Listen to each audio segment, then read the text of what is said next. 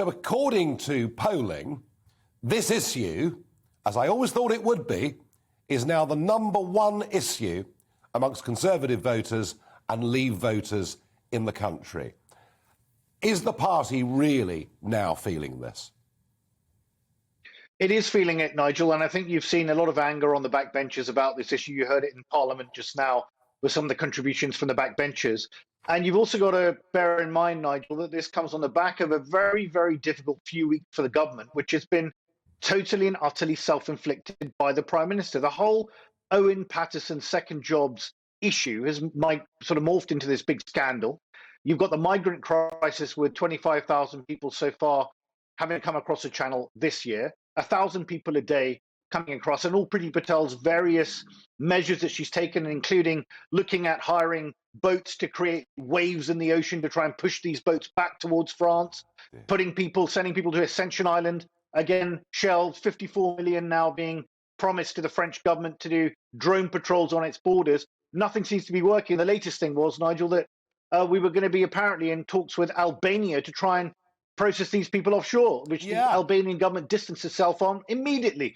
So this is also in the last few days, last week, as you know, also some consternation amongst MPs, particularly in the north, about the fact that HS2, the eastern leg of HS2, was shelved and the Northern Powerhouse Rail was kicked into the long grass. So let's just put it this way: there are a lot of people on the Tory backbenches that are feeling rather unloved and believe that levelling up in its broadest sense is not happening. They feel very, very passionate about the migrant crisis. I mean, one of the MPs there said that the last mantra of the last election was to get Brexit done. Well, as one Tory backbench put it to me over the weekend, they now want Boris to get boats done, right? So this is where we are at the moment. It's a very, very difficult position for the Prime Minister. And from a lead of 5 points, Nigel, a few weeks ago, they're now trailing Labour in the polls. Yeah, I mean, amazing, isn't it, how with a majority of 80 after the last election, within the space of a couple of years, it can be like this. But let me ask you, can Priti Patel survive this, or is the analysis of our Home Affairs correspondent right, that it kind of suits Boris to have her in the job taking the flak? Well, I think she will survive for now. You know that Boris Johnson is very loyal to people around him, perhaps at times too loyal.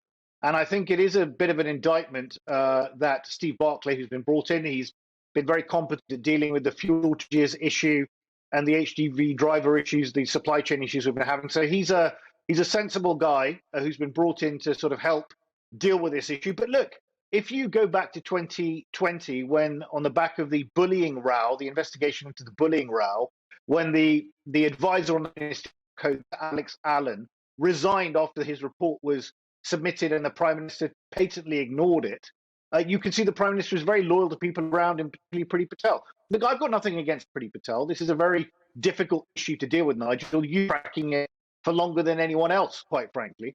But it is reaching a point now where it's beginning to eat into the Tory polls, and certainly MPs are getting this in their mailbags and getting it in the net from their constituents. And if you're saying that one of the key reasons for Brexit was to control the borders, this is patently an indictment of the fact that we're not controlling them. So it looks very, very optic, very, very bad for the government to be dealt with.